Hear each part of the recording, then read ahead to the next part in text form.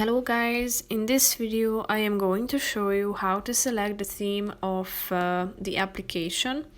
But first I just want to mention, don't forget to subscribe to my channel because at 10,000 subscribers I am going to show you my whole YouTube revenue statistics and growth strategy, how to make money online. So let's jump into it.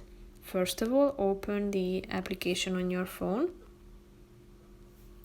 Now tap on the menu icon in the upper left corner of the screen. Then tap on the settings icon down below. Scroll down till you find this themes option and click on it. Now you can select the whether you would like the iOS appearance or colorful subject. So tap on the relevant one. And then if you scroll down, you can see that you have 4 options. The light theme, dark blue or jet black theme.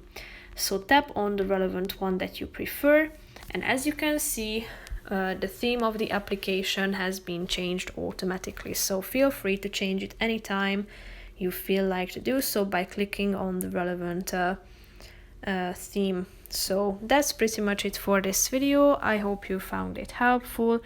If you did, consider subscribing to my channel and see you in the next video. Bye bye.